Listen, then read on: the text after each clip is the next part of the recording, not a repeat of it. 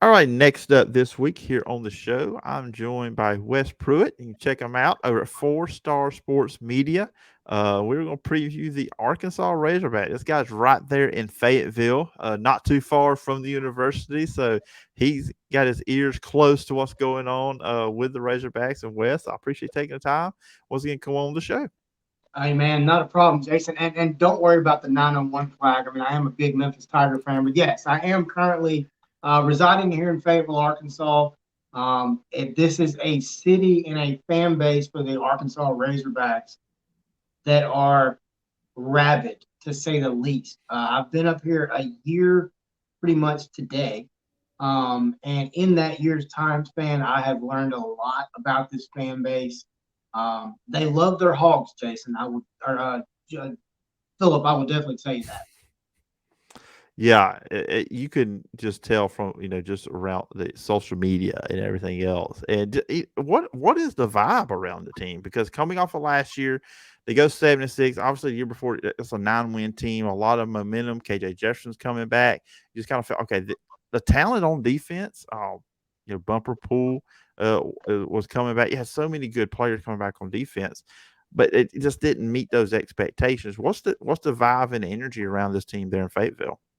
I mean, I'm sure we're going to talk about it, but I mean, you've got a new regime. You've got Pittman now in his third season at the helm, and you've got Kendall Briles is no longer there. You bring in Dan Enos, you bring in a whole slew of new coaches, but what they also did is they attacked the portal. And when I say that, Arkansas can literally bring in a fresh 11 that were not on their roster last season, just on defense alone. But when you take all of that, and then you also add in what Pittman's been able to do on the recruiting side of things, I mean, this football team last year they underperformed. I mean, you had KJ Jefferson, a little bit of issues with health. It really showed in the Liberty game, in the loss.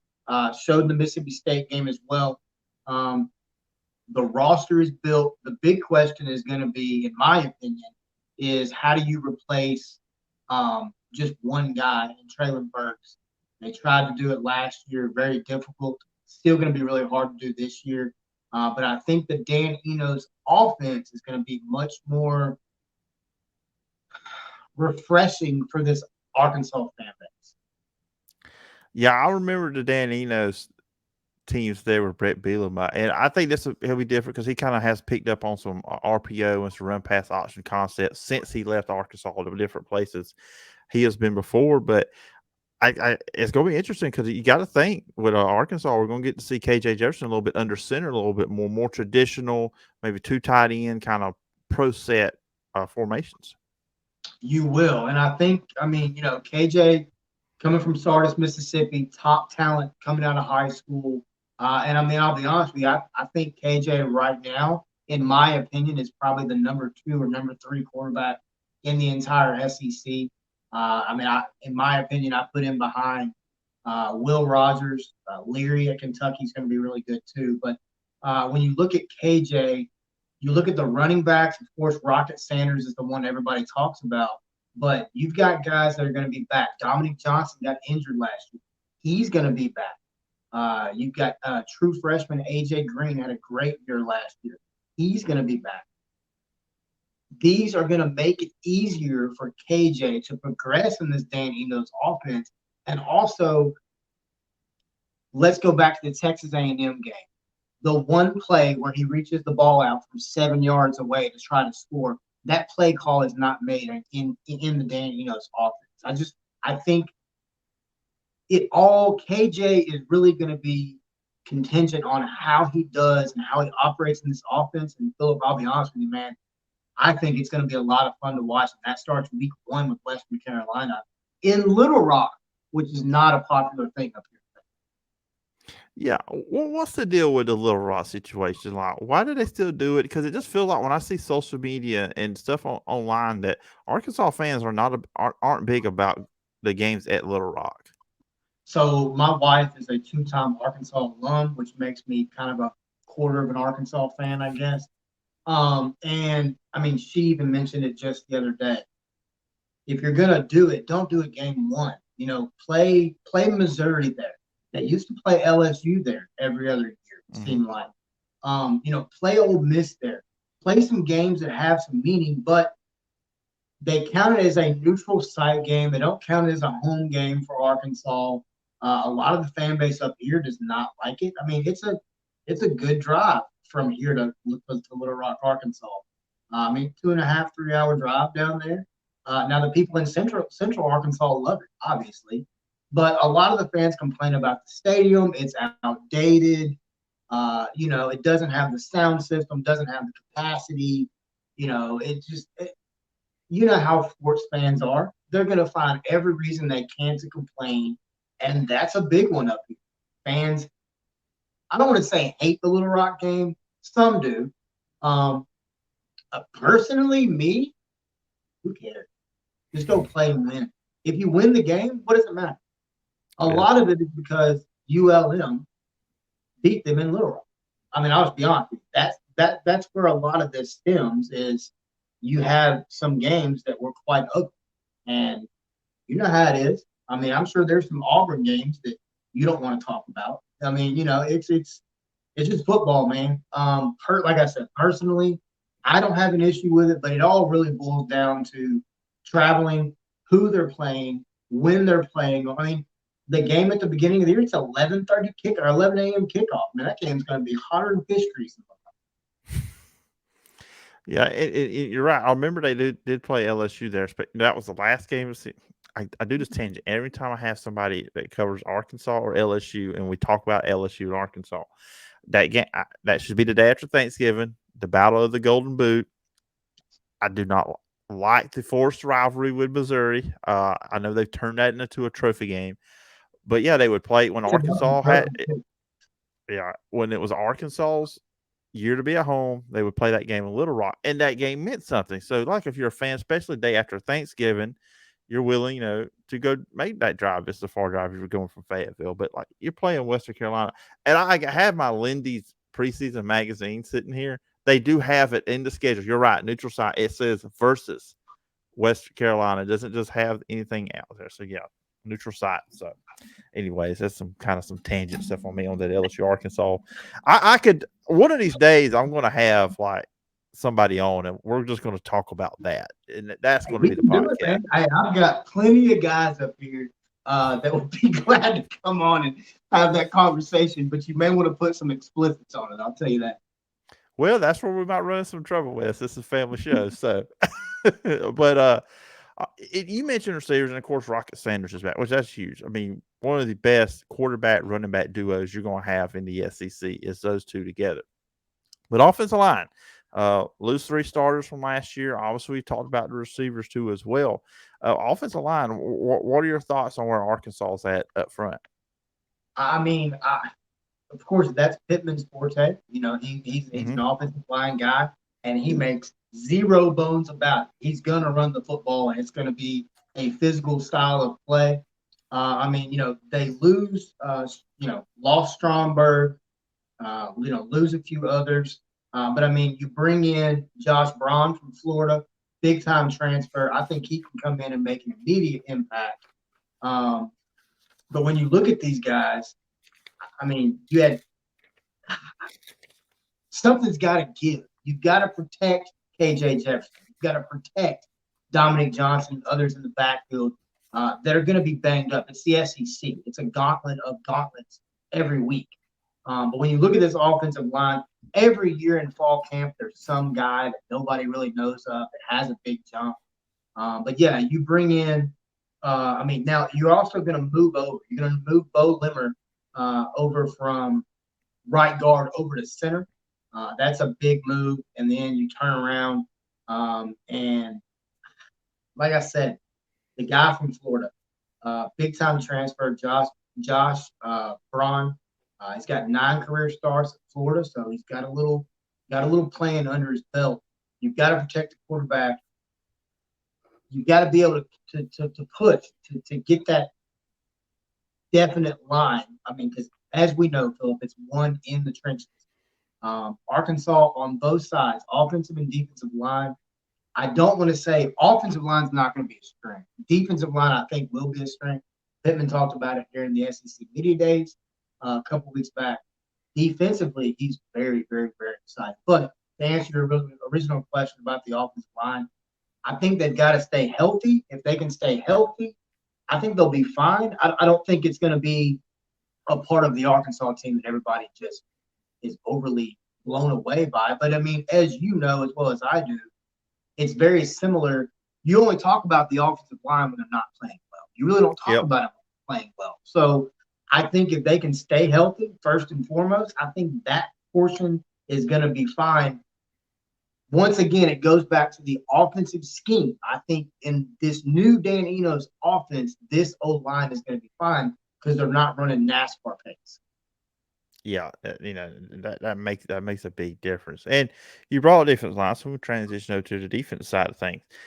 And just overall defense for last year, this is just when do you see a team have the sack numbers that they have? 42 sacks last season.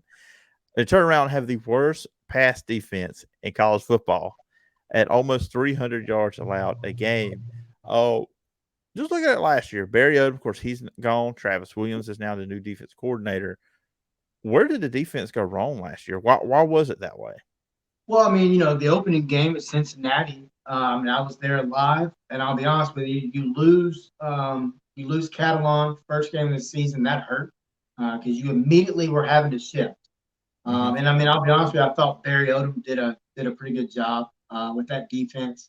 But when you look at them from last year, I mean, they averaged 30 points a game giving up as a team, and I don't I don't know too many teams that can average 30 points a game on defense, allowing and be very successful. You mentioned it, 42 sacks last year. That was a school record for Arkansas. You got 6 starters back on defense. I think that's going to make the defensive line very strong. And I mean, you got man, it's once again you look at Arkansas, you look at what they bring in. One guy, and everybody talked about him at the SEC media days. You probably know who I'm going to mention. He came from LSU, a young man named Landon Jackson. Landon Jackson at the Liberty Bowl came in he was labeled at, I believe it was 236, 238. Right now, Landon Jackson is 280 pounds and he is running close to 20 miles an hour. Goodness. That's a large man moving very fast. Pittman's very impressed with his defensive line. One thing I will say, Phillip, they only allowed 86 rushing yards per game. 2 point. I mean, that's in non-conference games now. But when you look at them, they gave up 223 yards in SEC play, which is an average about 5.5 carry. Um, I'll be honest with you, go back and look at that Alabama game. That's probably where a lot of those yards came from, especially late in that game when they gashed them hard. But when you Mm-hmm. look at the defensive line, Pittman's very excited about it. The new coordinators, I think, and I know we're going to get to it, the new coordinators make a huge difference on this side of the ball, too, very similar to Eno's on the offensive side. But you bring in new coordinators, new mentalities, new thought processes. And I mean, from what I've been told up here, these guys are having fun. The coaching staff's having fun, and it honestly it comes across as the vibe up here is this is going to be a fun season. Like there's hype. There's always hype, especially up here. I mean, that Cincinnati game I referred to earlier, the first pass KJ Jefferson threw, there was a fan standing behind me, screamed out KJ Jefferson for Heisman. I immediately turned around and was like, no, it's not going to happen. I mean, I will say this, and I'm not a big hot take guy at all. As you know, I mean, we're more deep dive guys, but I will say this: if Rocket can be lit starting at the beginning of the year and he can remain healthy and this team is successful, he could eke his way into the Heisman competition and conversation with a strong year. I think that's what you're going to see. with this Arkansas team. But defensively, Phillip, this team is going to be really good, man. They have depth at every single position: defensive line, linebacker, and safety. Keep in mind, you lose Simeon Blair, he goes over to Memphis. You bring in some other guys as well. You bring in a young man from Georgia that played corner last year. You're going to see some shifting around. Hudson Clark's back again. People up here couldn't stand that little guy, but he was efficient last year defensively. Probably going to see him back at safety, more natural position for the young man. And Arkansas fans and fans of the nation anyway saw that guy can play safety, man. He can hit you, and he can also make plays on the football. When you see this defense this year, Phillip, you're going to see, keep in mind, the defensive coordinator came from Central Florida. If you go look statistically at Central Florida, they come at you dang near every play. Now, Pittman didn't want to come out and say that's what they were doing at media days when somebody asked, but Pittman just said, we're going to come at you. You know, I think you're going to see some very exotic blitzes from them. Not that you didn't see that from Barry Odom, but Barry Odom was more, here's what you're going to get, and it's coming at you. You won't see that. You're going to see a little more, like I said, exotic blitzes, a little more delayed blitzes, and you'll look up, and there could be all 11 coming at the point. And with Travis Williams, that's the guy Auburn fans, when he first got hired, they were kind of hoping maybe he would. I mean, Auburn guy. I've never heard anything bad to say anybody have anything bad to say about Travis Williams. So that's the guy Auburn fans want us. So let's be interested what Auburn and Arkansas do play. Defense coordinator over there going up against his alma mater. Let's look at the schedule. And you mentioned Western Carolina start. They played that one in Little Rock. Then you got Kent State, BYU. BYU transitioned into the Big 12. They're not highly thought of. You should start 3-0. Then it gets interesting at LSU. That neutral site game against A&M, which who knows what's going to happen there. That series has been wild.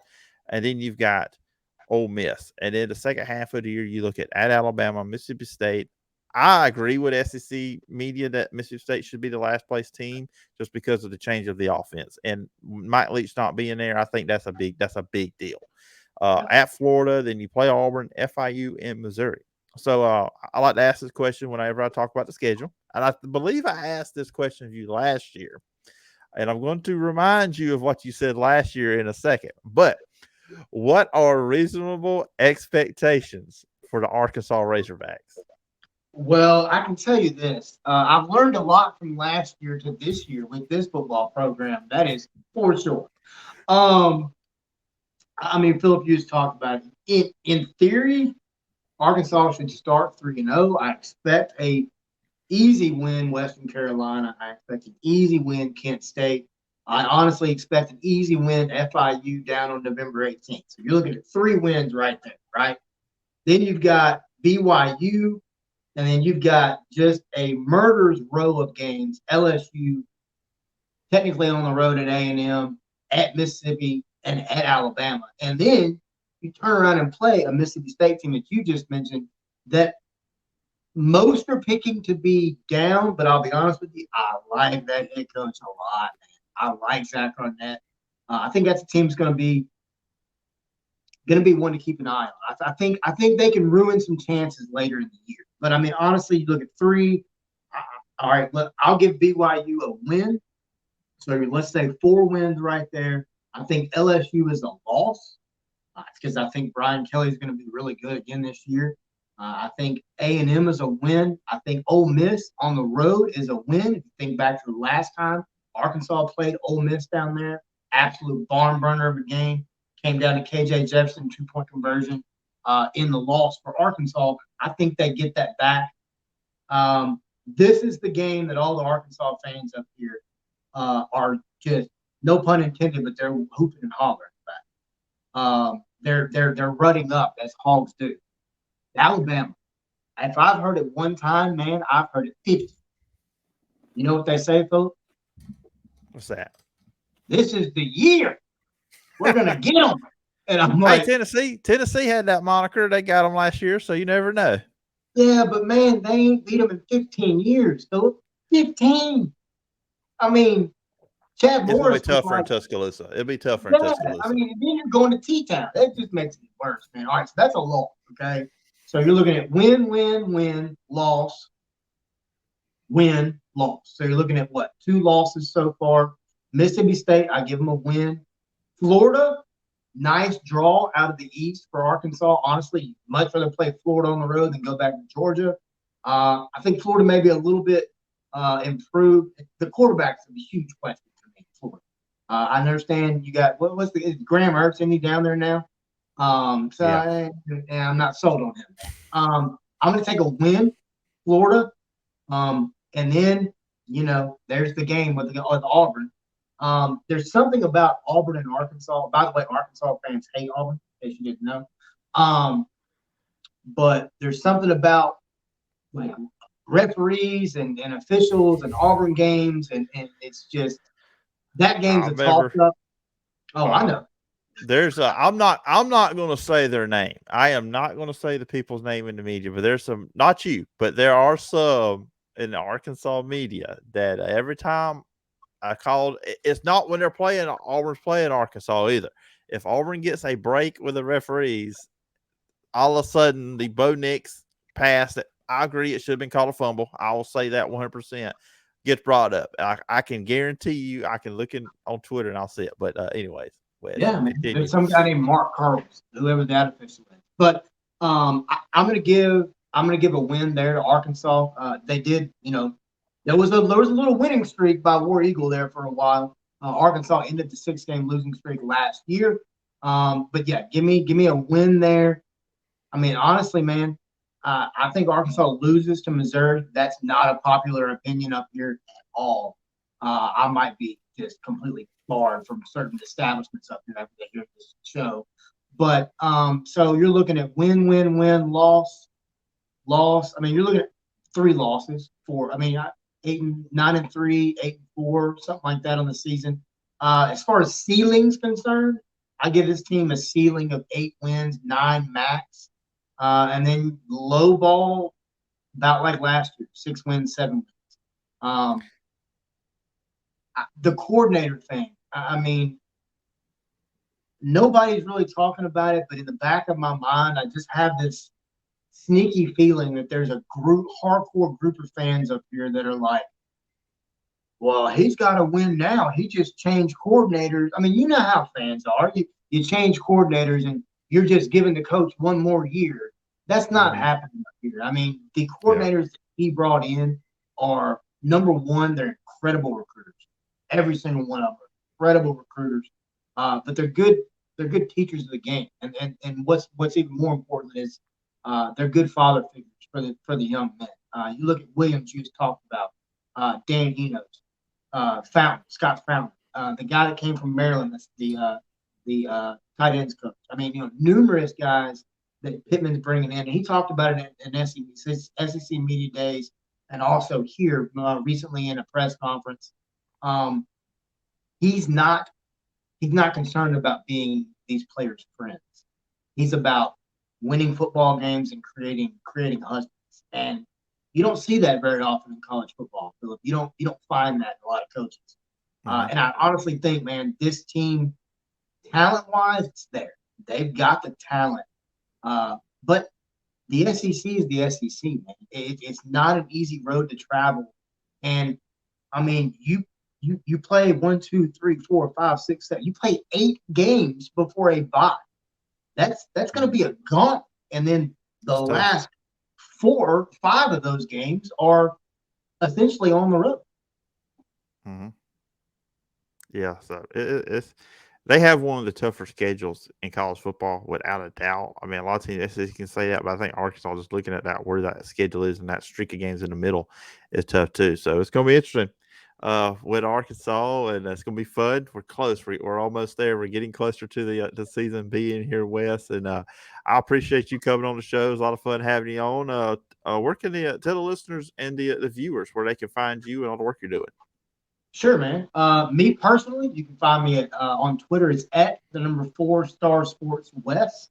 Obviously, you can reach out to us, 4-Star Sports Media on Facebook, Twitter, all that. Our Twitter is at 4-Star Sports M.